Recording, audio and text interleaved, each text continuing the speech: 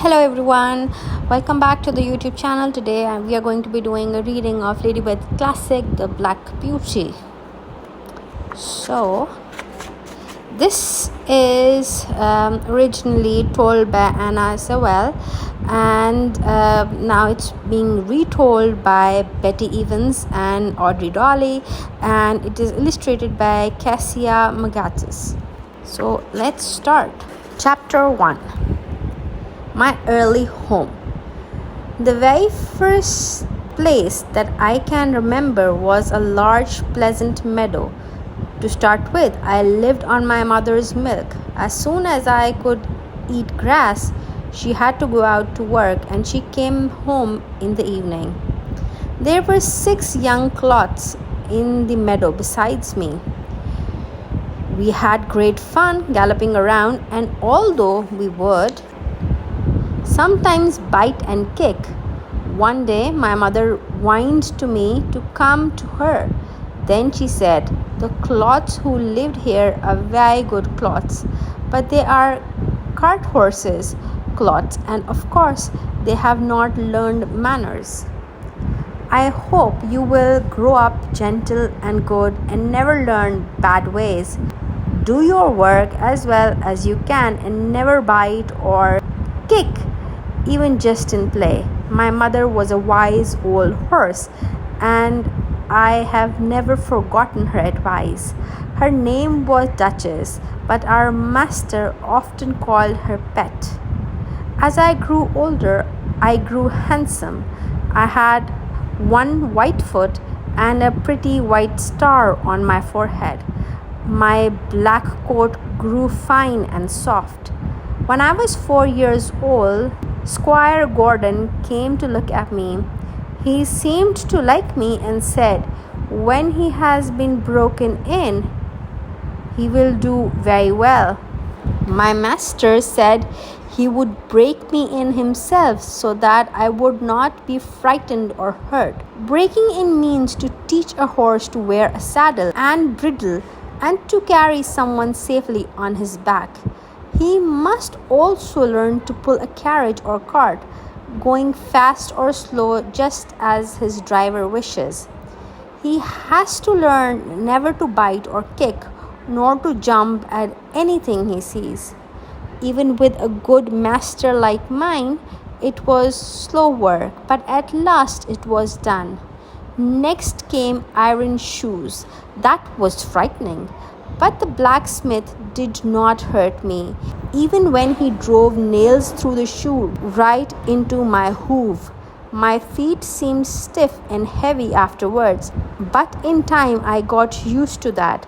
Now that I was ready to leave home, my mother said to me, "I hope you will fall into good hands, but a horse never knows who may buy him or who may drive him. Some men are kind and thoughtful, like our master. Others can be cruel. Remember, do your best whatever happens, and keep up your good name." Chapter 2. Britwick Park. Early in May, a man came from Squire Gordon's to take me away. I was taken into a big stable which had 4 good stalls and a swinging window that opened into the yard. In the next stall to me was a pony called Merrylegs, whom the children used to ride. He was a favorite with everyone, and he and I soon became good friends. There was a stable boy called James Howard, and the coachman's name was Jolly Manly. He had a wife and one little child, and they lived in the coachman's cottage very near to the stables. The next day I was taken to my new master so that he could try me out. I found that Squire Gordon was a very good rider and kind to his horses as well. When he came home, his lady was at the hall door to greet us. "Well, my dear," she said, "how do you like him?" "He has a fine sprint," my master replied. "What shall we call him?" She looked up at me. "He really is a beauty, And he has such a good tempered face and such a fine intelligent eye. How about Black Beauty? Black Beauty? Why, yes, that shall be his name. And so it was. Also in our stable was a chestnut mare called Ginger. Although she was rather bad-tempered, we grew quite friendly. Sometimes we went out together in double harness and then we talked to each other. She wanted to know all about my early life and I told her. Then she told me about her life and it was very different from mine. No one had ever been kind to Ginger.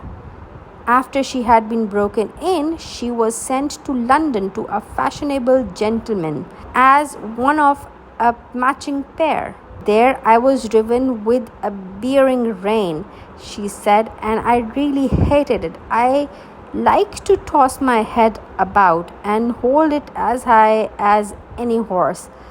But just imagine if you tossed your head high and had to hold it there for hours on end. That's what happens to a bearing rein. I grew more and more irritable. One day, just as they were straining my head up with that rein, I began to plunge and kick with all my might. That was the end of that place. I was sold and went back to the country. Alas, the groom at the new place was rough, and I bit him. I was sold again and came here not long before you did. It's better here, of course, but for how long?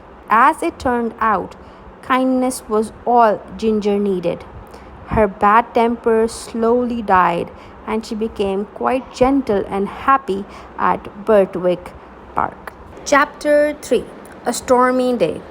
One late autumn day, my master and John had to go on a long journey on business. I was put into the dog cart, which I always enjoyed. We went along merrily until we came to a low wooden bridge. The river banks were rather high, and the bridge, instead of rising in the middle, went across straight and level. That meant if the river was full, the water would be nearly up to the wooden planks. Master had to pay at the toll gate before we could cross. The man there said the river was rising fast and he feared it would be a bad night. We started for home late in the afternoon, and then the wind was blowing so hard that a big tree crashed to the ground beside the road. I heard the master say to John that he had never been out in such a storm. It was very nearly dark by the time we got back to the bridge. We could just see that the water was over the middle of it. But as that happened, sometimes when the river was high, Master did not stop. We were going along at a good pace, but the moment my feet touched the first part of the bridge, I knew there was something wrong. I did not dare go forward, so I stopped dead. "There's something wrong, sir," said John. He sprang out of the dog cart and tried to lean me forward. "Come on, Beauty, what's the matter?" Just then the man at the toll gate on the other side ran out of the house, waving a torch about and shouting at the top of his voice. "What's the matter?" shouted my master. "The bridge is broken in the middle and part of it is carried away. You can't cross." "Thank God," said my master. "You beauty," said John, and took the bridle and gently turned me round to the right-hand road by the riverside. The next bridge was much further up the river, and we had a long way to go. At last, we came home to the hall. As we came up, Mistress ran out saying, "What, are you really safe, my dear? Oh, I have been so anxious. Have you had an accident?" "No, my dear, but if your Black Beauty had not been wiser than we were, We should all have been carried down the river at the wooden bridge. Then John took me to the stable. Oh, what a fine supper he gave me that night! A good barn mash and some crushed beans with my oat, and such a thick bed of straw. I was glad of it, for I was tired. Chapter 4. The Fire. My master and mistress decided one day to visit some friends who lived about 50 miles away. James Howard, the stable boy, was to drive them. He was leaving us shortly to go to a better job and needed the practice in driving. The first day we traveled 32 miles. There were long, heavy hills, but James drove so carefully that Ginger and I were not at all harassed. Just as the sun was going down, we reached the town where we were to spend the night. We stopped at a big hotel in the marketplace. We drove into a long yard, and two ostlers came to us to take us to our stall in a long stable. Later on in the evening, a traveller's horse was brought in by one of the ostlers. While the ostler was grooming, a young man with a pipe in his mouth came into the stable for a gossip. "I say, Towler," said the ostler, "run up into the loft and put some hay down into this horse's rack, will you? Only put your pipe down first." "All right," said the ostler, and few moments later I heard him step across the floor overhead and put down the hay. Then James came in for a last look at us before he went to bed. When he left, the door was locked and we were left alone. I don't know what time of night it was, but I woke up feeling very uncomfortable. The stable seemed full of smoke and I could hardly breathe. I heard Ginger coughing, and other horses seemed restless, pulling at their halters, and many of them were stamping. I heard a soft rustling noise and a low crackling. There was something so strange about it that it made me tremble all over. At last, Dick Towler burst in with a lantern and began to untie the horses to lead them out. He seemed so frightened himself that he frightened us as well, and none of us would go with him. He tried us all in turn, then left the stable. I saw a little light flickering on the wall and heard a roaring noise. Then there was a cry for fire. The next thing I heard was James' voice, quiet and cheery as it always was. "Come on, Beauty, we'll soon be out of here." He took the scarf off his neck and tied it lightly over my eyes, and patting and coaxing, he led me out of the stable. When we were safe in the yard, he slipped the scarf off my eyes and shouted, "Hey, somebody, take this horse while I go back for another." A tall, broad man stepped forward and took me, and James ran back into the stable. I set up a shrill whinny as I saw him go. Ginger told me afterwards that whinny was the best thing I could have done for her. Had she not heard me, she would have never had the courage to come out. There was much confusion in the yard as the horses were brought out of other stables. I kept my eyes fixed on the stable door, where the smoke poured out thicker than ever, and I could see flames of red light. Then I gave a joyful neigh. James was coming through the smoke, leading Ginger, who was coughing violently. Suddenly there came a sound of galloping feet and loud rumbling wheels. Two horses dashed into the yard, pulling a heavy fire engine, and the firemen leaped to the ground. The flames rose in a great blaze from the roof. Next day, everyone was wondering how the fire had started.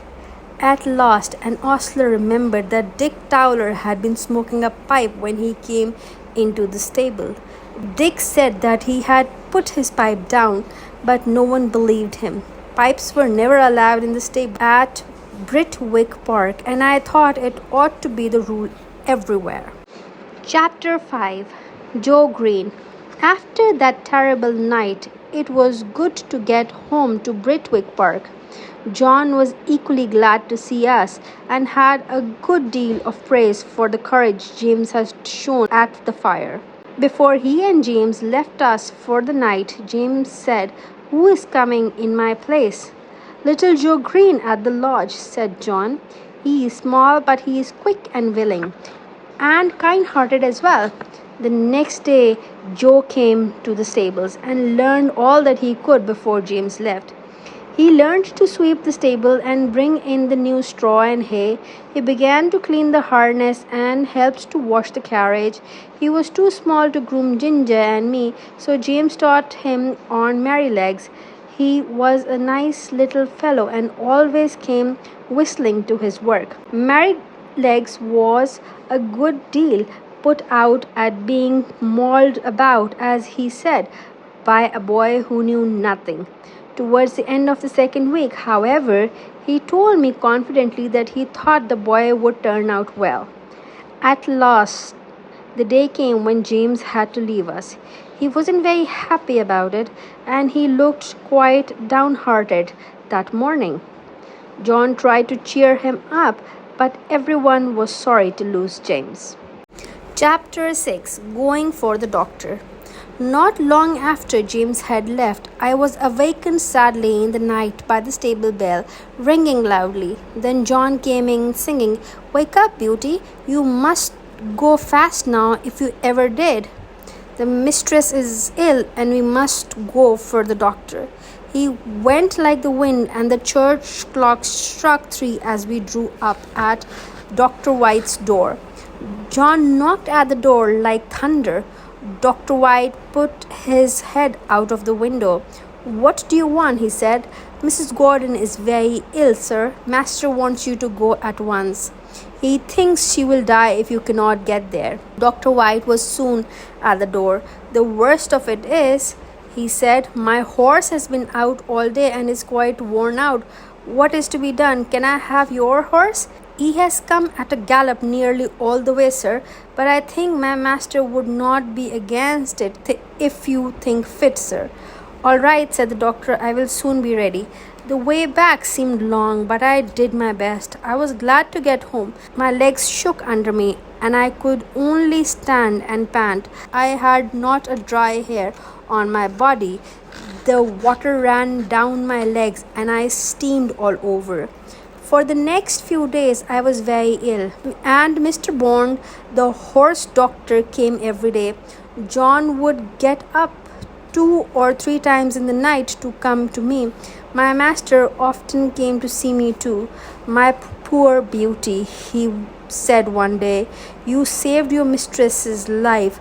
I was very glad to hear that, for the doctor said that had we been a little longer, it would have been too late. I don't know how long I was ill, but I thought I was going to die, and I believe that all thought so too. When I grew well again, I found that sad changes were about to happen. We heard from time to time that our mistress was ill. Then we heard that she must go to a warm country for 2 or 3 years. The master began immediately to make arrangements for leaving England. We used to hear it talked about in our stable. Indeed, nothing else was talked about. John went about his work silently and sad, and Joe scarcely whistled. At last the day came when we took our master and mistress to the station. As the train glided away, John sighed. "We shall never see her again," he said. "Never." He took the reins, mounted the box, and with Joe drove slowly home, but it would not be home to us from now on. Chapter 7. Earl Shell. Next morning, Joe took Merrylegs to the vicarage, for he had been given to the vicar. Then John took Ginger and me to Earl Shell Park, where we were to live. A groom took us to a light, airy stable. In a short while, John and our new coachman, Mr. York, came in to see us. John said, "I had better mention that we have never used the bearing rein with either of these horses." "If they come here," said York, "they will have to wear the bearing rein. My lady has to have style, and her carriage horse must be reined up tight." Then John came round to each of us to pat and speak to us for the last time. His voice sounded very sad. I never saw him again. After next afternoon, we took my lady for a drive. When she came out, she said, "York, put those horses' head higher. They are not fit to be seen." York got down and shortened the bearing rein by one hole, and I began to understand what I had heard. It made it much harder to pull uphill. As the days went by, the rein grew really short. I was very unhappy, but Ginger really hated it. One dreadful day came when she kicked York's hat off and reared so much that she fell down. After that, Ginger was used for hunting and was never put into a carriage again. I was given a new partner called Max, but we still had to suffer the tight rein. In my old home, I always knew that John and my master were my friends. Here at Earl Shell, although I was quite well treated, I had no friend. York never tried to help over that rein. Time went on and I grew tired and depressed, hating my work, but sadly, much worse was to come. Chapter 8. Reuben Smith's Downfall. When our master and his family left to London in the spring, they left Reuben Smith in charge of the horses that stayed behind. He was a very good man most of the time. He had one great fault, however, the love of drink, although he had promised himself never to touch another drop. Just before the family was due to return, Smith had to go up to town and he chose me for the journey. On the way there, he was his usual thoughtful self. In town, however, he began to drink and it was late when we started back. Suddenly, he began to gallop harder and harder. Sometimes he whipped me, although I was already going at full speed. I had a loose shoe, and the speed we were going at loosened it still more. It came off, and I stumbled, falling on my knees. Smith was flung off by my fall and lay groaning some distance away. After a while, he stopped groaning and lay still. At first, it was thought that Reuben Smith's death was my fault. Then my sore hoof was discovered and everyone realized that Smith must have been drinking. Later, several people said that he had been drunk when he left town. As soon as my knee were more or less healed, I was turned into a small meadow for a month or two. Ginger was there too, and we were glad to see each other. She said that she had been ruined by hard riding and they were going to see if rest would help. We both felt that we were not what we had been. One day, the Earl came into the meadow with York. The Earl seemed very annoyed as they looked over us.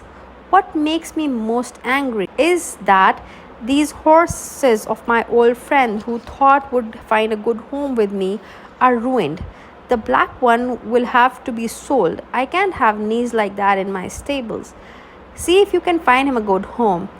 And about a week later, I was bought by the master of some livery stables and left Earl Shell. I had become a job horse, which meant that I could be hired out to anyone who wished to drive me. Chapter 9. Life as a job horse. Some of the people who wanted to hire me couldn't drive at all. As I was good-tempered and gentle, I think I was more often let out to the bad drivers than some of the others, because I could be depended upon. Of course, we sometimes came in for good driving. One morning, I was put into a light gig and taken to a house in Putney Street. Two gentlemen came out.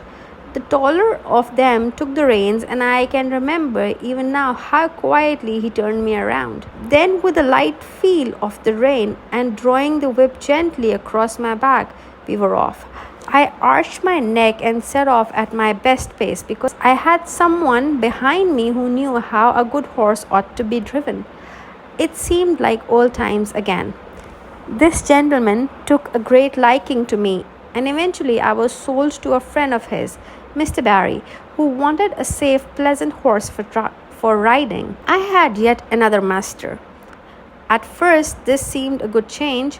My groom, a man called Fitcher, had once been an ostler at a hotel, but now he grew fruit and vegetables for the market. His wife bred chicken and rabbits for sale. Fitcher kept the stable clean and airy, and he groomed me thoroughly. He was never otherwise than gentle, and he certainly knew his job. When I first went there, I heard the master give the order for food, the best hay with oats and beans and barn and ryegrass, as Filcher thought necessary. I was going to be well off. After a while, however, I found I wasn't getting anything like the amount of oats I should have had. I grew tired and unhappy. A farmer friend of Barry's noticed this one day. He looked me over more carefully. Then he said to my master, "I don't know who gets the oats you pay for, but it certainly isn't your horse.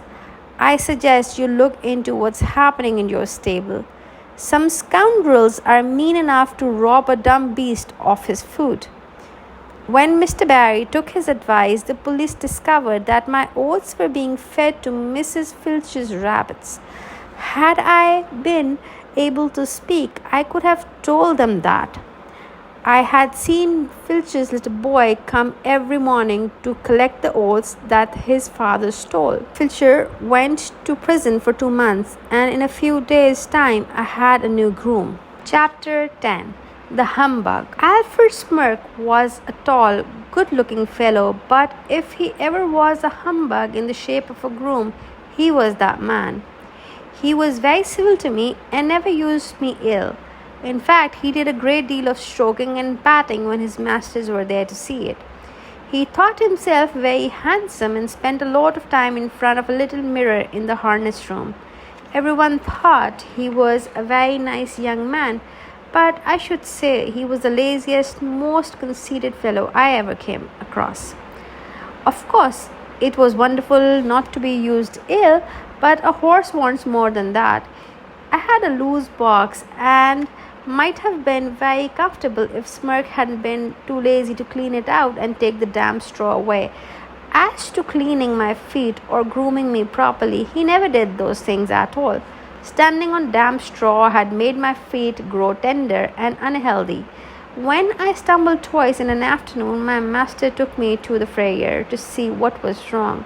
"Your horse got the thrush badly," said the farrier. "His feet are very tender. We find the sort of things in dirty stables where the litter isn't cleaned out." He cleaned and treated each hoof in turn, and then he ordered all the litter to be taken out of my box day by day, and the floor kept very clean. My feet were soon all right again. Mr. Barry, however, was so much disgusted at twice being deceived by his grooms that he decided to give up keeping a horse altogether. I was sold again, this time to a very different kind of life. My new master was a cab driver called Jeremiah Barker, usually known as Jerry. Chapter 11. A London Cab Horse. That first evening I knew I was going to be happy there. Jerry's wife, Polly, came to see me along with her 8-year-old daughter, Dolly. Their son, Harry, who was 12, had already helped clean me and groom me with their other horse, Captain. Polly and her little girl made much of me, and it was a great treat to be petted again and talked to in a gentle voice. Polly thought I was very handsome and much too good to be a cab horse, if it were not for my broken knees. "We don't know whose fault that was," said Jerry. "I shall give him the benefit of doubt, for I've never drove a firmer, neater stepper. The first week of my life as a cab horse was very trying. I was anxious and harassed by the noise and the hurry of London traffic. But Jerry was a good driver, and he took as much thought for me as for himself. He kept us very clean and always fed us well. But the best thing about my time there was my Sundays for rest. One lady wanted us to take her to church every Sunday, but Jerry said working 7 days a week was too much for his horses as well as for him.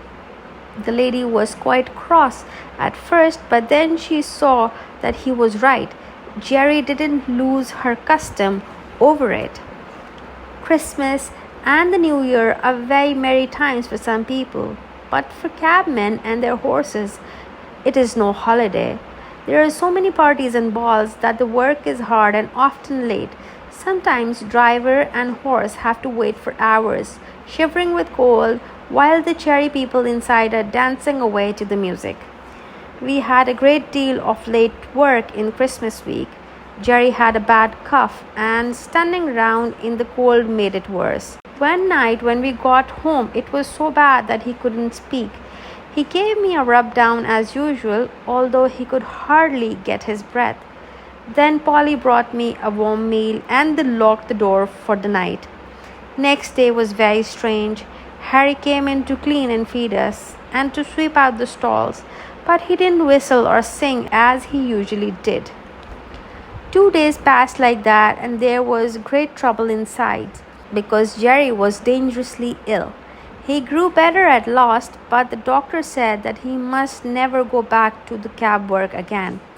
After a while, Jerry managed to find a job as a coachman. A cottage with a garden went with the job, and the family was very pleased.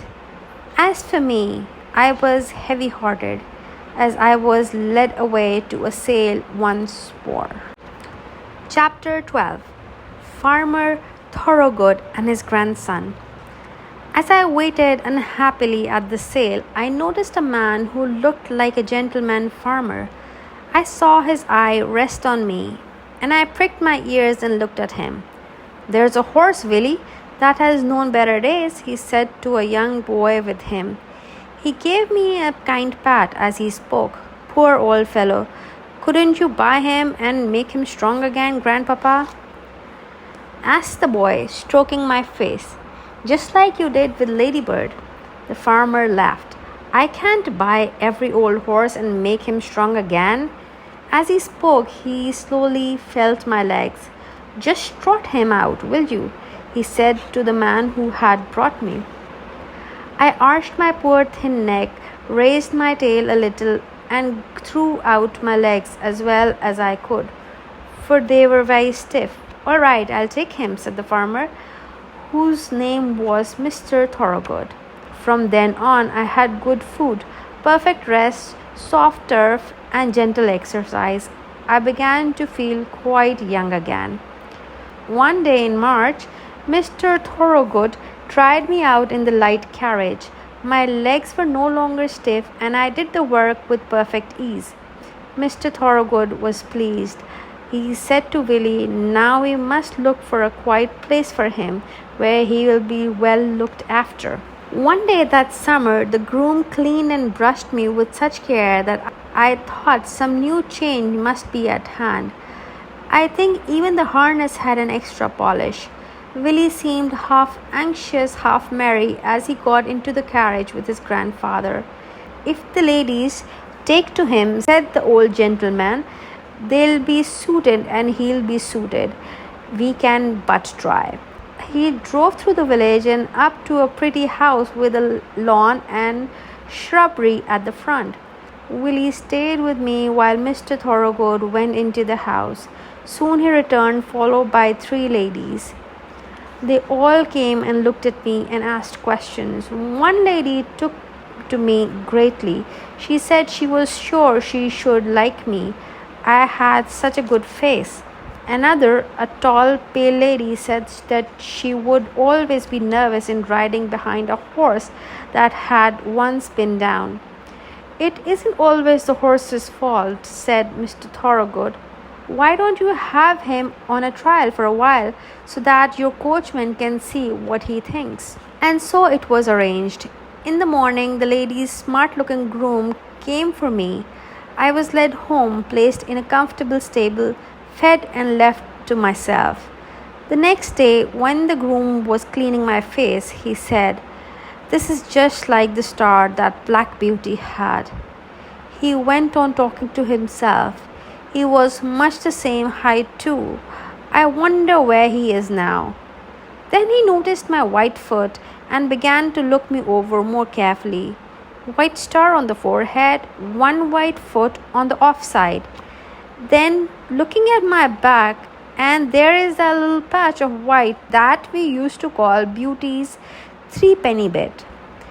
It must be Black Beauty. "Why, Beauty, Beauty, do you remember me, little Joe Greene?"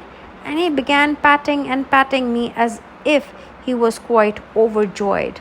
That afternoon, after I had taken the ladies for a safe, gentle drive, I heard Joe telling them that he was sure I was Squire Gordon's old black beauty.